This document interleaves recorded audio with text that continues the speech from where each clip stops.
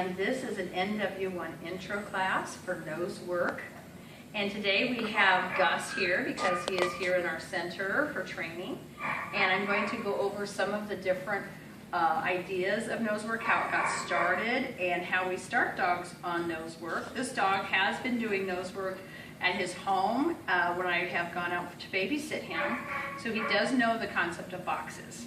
Nose work started about 5 years ago in California when 3 great people, Jill Marie, Amy, and Ron Galt, started a little club of people because each one of these people have dogs that are in the service industry.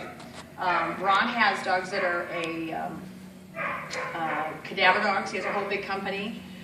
Jill Marie, I think, or maybe Amy, they go out to the studio and their dog looks for bombs, and another one's got marijuana.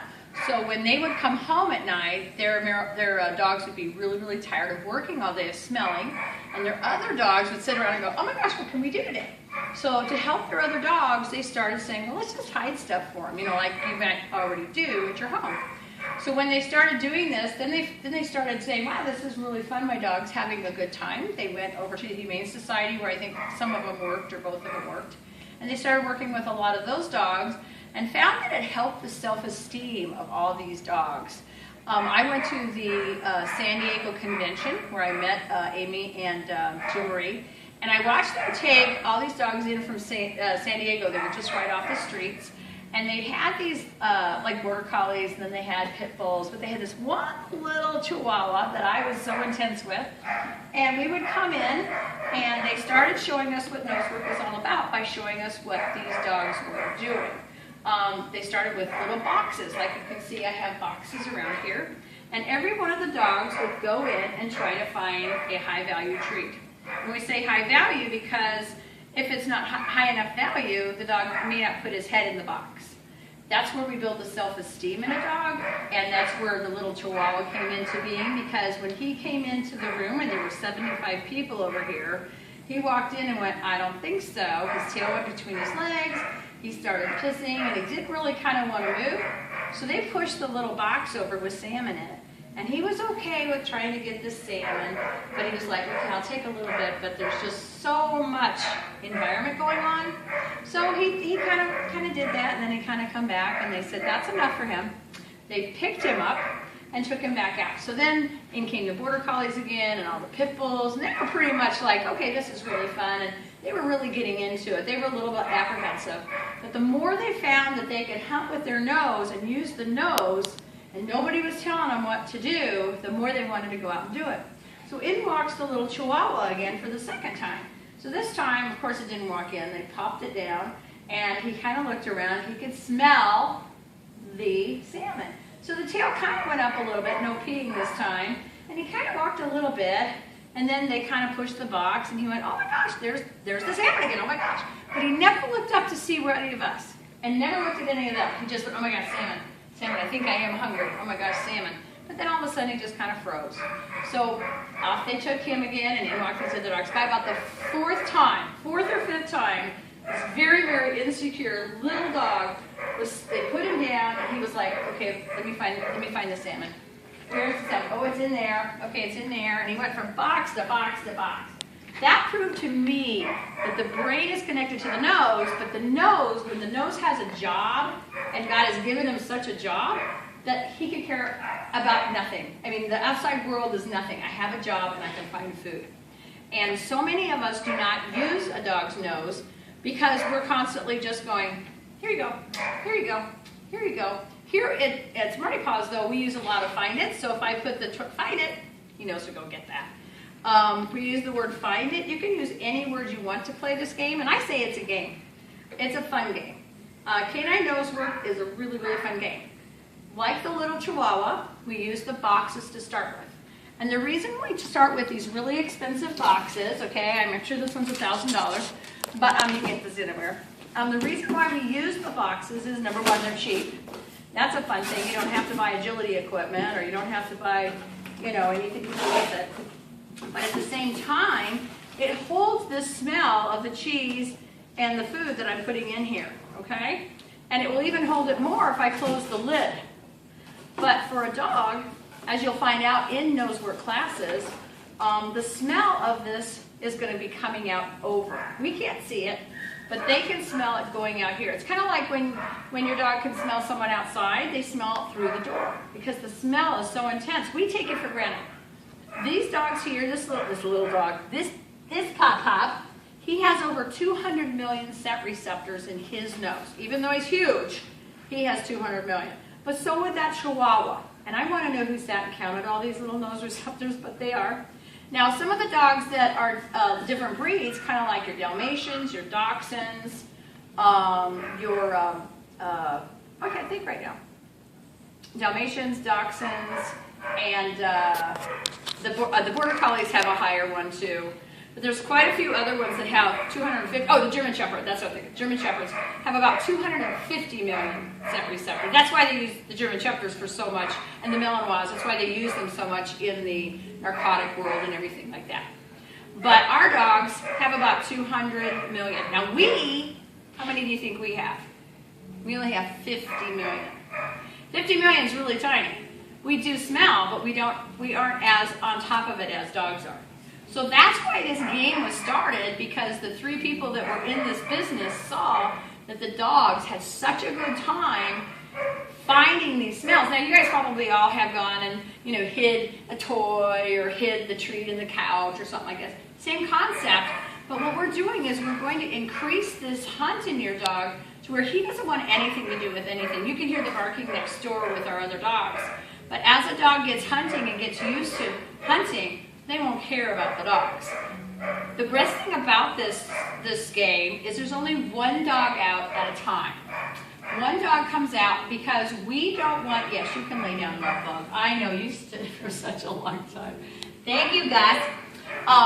Bringing only one dog at a time means that the team of you and your dog can really intensify and work. You can watch your body language of your dog. You can watch how he works, how his nose finding things, when he looks up at you for help, where if we had too many dogs out here, we wouldn't get that. The second best thing about nose work is if you have a fearful dog who is afraid of other people, afraid of other dogs, and gets kind of sensitive about that, a little reactive, they won't have that here because it's a no-dog area. Only your dog gets to play at one time. The third thing that I really like about it is that when it's only your dog, and maybe you don't need people in here, we can take the people out too. That's the other thing, because I do have some dogs in our reactive rodent class that cannot handle people. So that's when we say, okay guys, everybody out. That puppy gets to work without people. And they still get to play. So it's a win-win situation. So we're going to start off this morning showing you how a dog hunts by using just boxes. Now you'll see out here I have a lot of environment because we just got through doing a continuation nosework class with odor. Okay, and eventually what we do in the nosework game is once your dog is really hunting securely, everything is being found by just treats, by just the high value treats, then we would add birch, anise, or clove.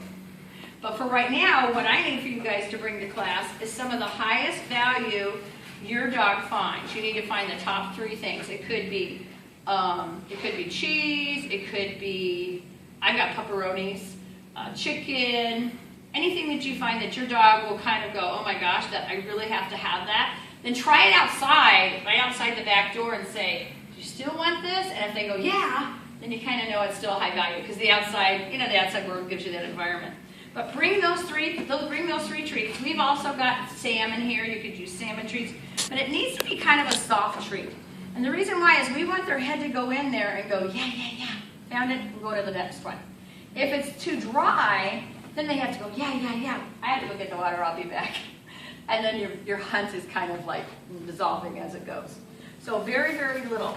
And when I start doing the boxes, what I'm going to do is kind of play the hide it under a hat kind of a game or hide it under a cup game with the dog so that he has to kind of learn himself. It's like shaping to where the dog gets to find it himself, and then we're gonna build that self-esteem. I think that's the other great thing about this is when dogs are, I've got, the last class had 3 9-year-old dogs and a 12-year-old dog. They've always been sitting on the couch. They found out about nose work. And they came walking in going, well, I don't know, my dog's pretty scared. I'm sorry, those dogs can't get out of their car fast enough to come in and hunt.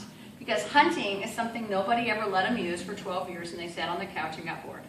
So now that they have a reason to live and a fun thing to come and do and to build self-esteem, life is wonderful. Life is Disneyland. So nose work to me equals Disneyland plus Golden Corral. That's the way I talk about nose work. After you get involved in nose work, if you want to do it just for the sport of getting your dog out, because I have the two older ladies, they never want to trial. They just want to come here, get out, talk, and have fun with their dogs. But I have quite a few people who are in agility who want to trial.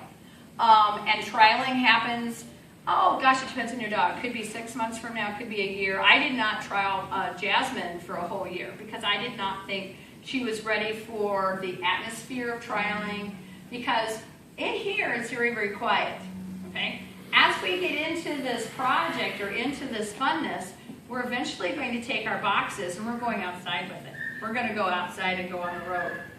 We're going to go outside on the concrete, then we go onto a dirt pavement, then we go onto grass, and then we start sticking our treats in cars, on the sides of cars, only four feet up. But we have little crevices in our cars that we do. So what they've done, Ron and all of them started kind of doing is using what they learned in their lives as far as the dogs that are working dogs, and they've kind of made it into a sport, which has been really fun. So right now when we just start in the classroom this way for 6 weeks, we'll be inside and we'll just be working with boxes. I may add some of the environment things, but we won't be working the treats on the environments yet. Eventually, I may put a treat all the way up here on the top of this, and your dog's going to go, where could that treat be? And you'll find that nose is just going to go right up there and find it, because they've taught themselves how to go find all these treats. Your main mission in this game, besides having fun with your dog, and to bring the treats, and to bring the leash, is to follow your dog and watch his nose, and to watch his body, and to make sure that the leash is always loose. And I guess the main thing I like to tell everybody is, in here, obviously your dog's not going to get away, but we're training you inside so that you, when you get outside, that the leash, the dog doesn't run away, okay? Because we don't want to ever let the dog loose in an insecure area, I mean, unless you know it's secure. And a lot of times when you're out in the vehicles or you're out here on our pallets or something outside that's not secure. So I've got to teach you guys to stay with your dog as fast as you can go, but to never let your dog have a pull on that, because we don't want him to think, what? You pulled on me, what do you want? We don't want to stop him. We want him just to have the funnest time in the whole world, so you're there just to protect him. And so there is a little bit of this holding the leash. There'll be a little bit of a dance to it.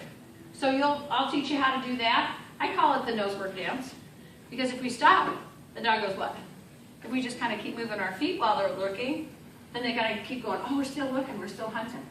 So that's something you'll learn. You'll learn about holding your leash and how long your leash is, and there's no set rule.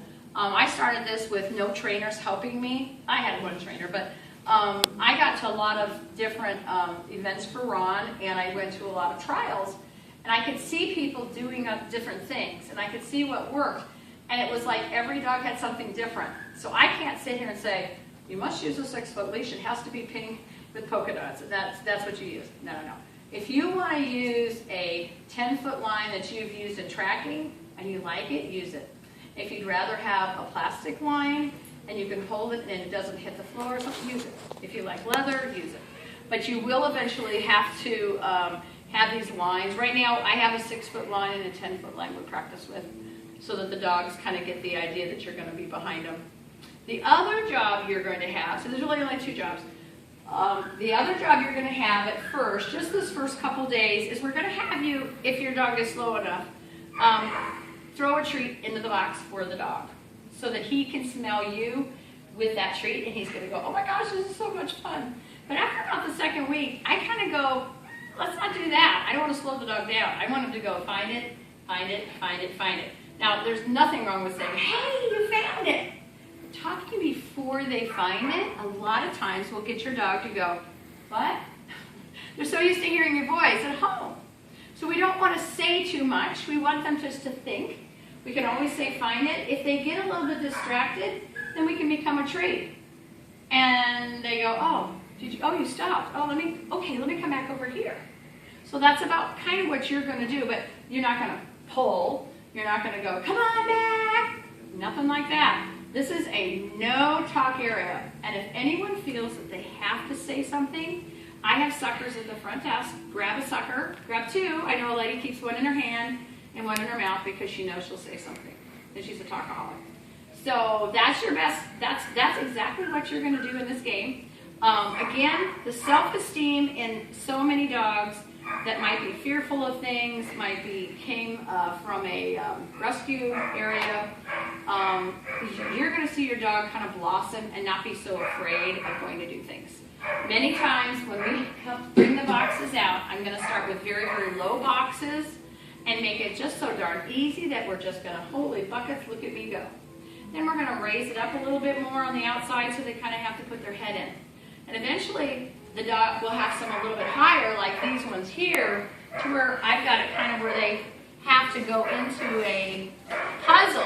Woo! Where can I get that food? So they have to even go into a puzzle area. So the boxes are going to be key to trade. For this week, when you guys get home, go find some boxes first off, and you're going to stay in maybe your living room or your basement or something, and you're only going to have about 4 boxes to start with.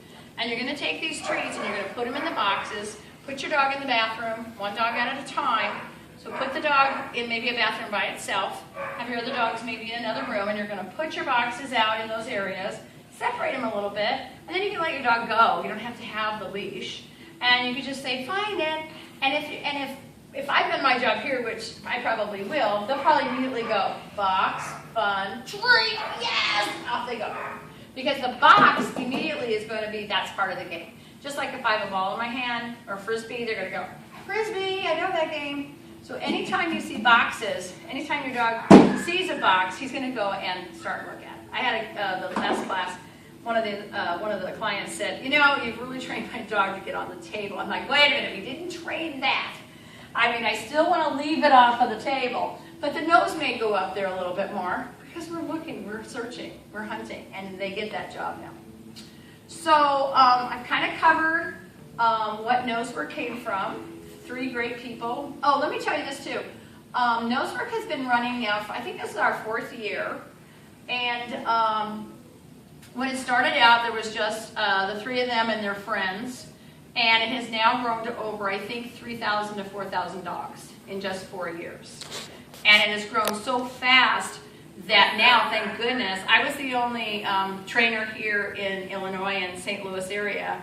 There is one about 3 hours away, but now I've got, I think, 2 more in St. Louis, which is awesome, because then we can start to have ORTs here, we can have trials here, and that sort of thing. So it's going to be a fun thing to do. In California, though, you can pretty much find them on every corner, and in Maine, I know you can find them on every corner. We do have a national, let me just tell you that, if you're trying to achieve something really cool. Nationals, you have to be invited to a nationals. Nationals for dogs is where the best of the best get picked to come and trial, to see who the best of the year is, okay? But it's mostly like a real big party. It sounds like a big party, and you get a t-shirt. But they do have a nationals. It's in California. You have to pay your own way. But there was, the email just came out about that. It's really exciting. I'd love to be involved in that if I wasn't teaching so many classes. But Jasmine does have her NW1. That's the first level of trialing. And there's an NW2 and then an NW3. And we'll go over that in class every so often about trialing. But right now, we just want your dogs to go have fun and to go sniffing in these boxes and for you to watch their body posture, watch their tail, watch their ears, and in end class, everybody's going to get a piece of paper in the next, maybe next time.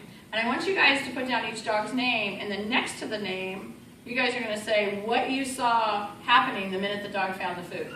Did you see its tail move? Did you see its ears go down? Did you see its body stop? What happened? Because when you're doing it yourself, you're watching the dog here, you can't see the side version. So it's very, very helpful. And we will be videotaping from time to time to show you guys what it's looking like for you guys and for the dog. Because a lot of times you won't see your dog go like that. It goes so fast. And that's him going, excuse me, help me. Excuse me, help me. And we're expecting it to be like, do you have the cookie? really like a cookie, you're expecting that length of time, but when they're hunting and they just go, excuse me, it could be just supersonic. So anyway, that is our beginner intro class, and I will be having a intro to odor class next, so I will stand by for that, but we will get your dog started. Thank you very much.